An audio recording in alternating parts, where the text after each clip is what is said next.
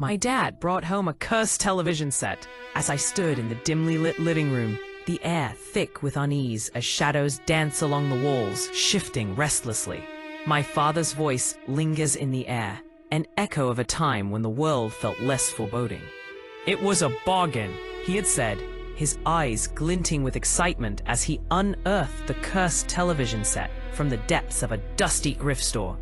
A relic from a bygone era, it was heavy and ornate, its screen tarnished but still flickering with the promise of vintage charm. I remember the day he brought it home. It was 1965. I was 8 years old at the time, the scent of stale popcorn wafting from the box as he proudly placed it in front of the old couch, a smile stretching across his face. Little did I know, that smile would soon twist into something far more sinister. The instant he plugged it in, the air crackled. Not with electricity, but with something darker. Something that slithered into my heart like a creeping fog. I felt it, that thick, suffocating presence. But my father dismissed my concerns with a laugh, insisting the set was merely misunderstood. The first night, the television hummed to life, casting eerie shadows that danced across my pale skin. I felt drawn to it, as if the screen were a portal, pulling me into its depths. The channels panned from static to grainy images of forests at twilight, filled with whispered messages that made my skin crawl.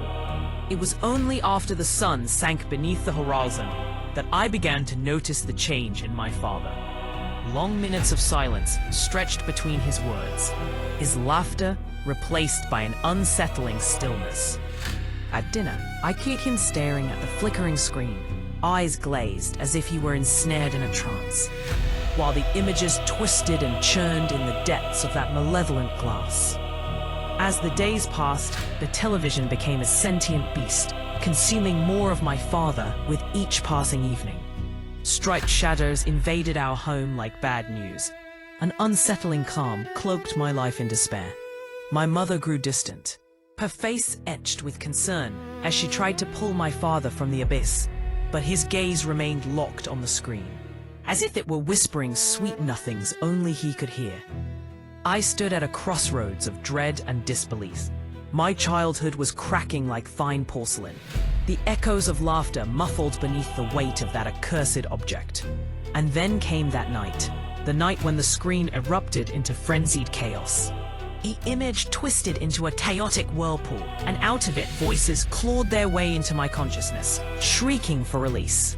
My father's laughter warped into a chilling cackle that chilled me to the bone, and in that horrifying moment, I realized the truth. It wasn't just a television set. It was a prison, and my father had become its unwilling warden. With heart pounding in my chest, I grabbed the remote control, trembling as I aimed it at the cursed device. Before I could press the button to shut it off, a terrible surge of energy pulsated through the room. The shadows writhed. Walls began to shudder, and for an instant, it felt as if the very fabric of reality began to unravel. In that moment of near despair, I saw my father, truly saw him, trapped behind glass, fighting against the very thing that possessed him. I pressed the button, and just like that, the haunting laughter was silenced, but the echoes of the cursed television lingered, a reminder of the darkness that once held sway over our home. I never spoke of it again, but the specter of that night sits in the recesses of my mind, waiting, watching, whispering a haunting tale of my father and the cursed television set that forever altered the course of our life.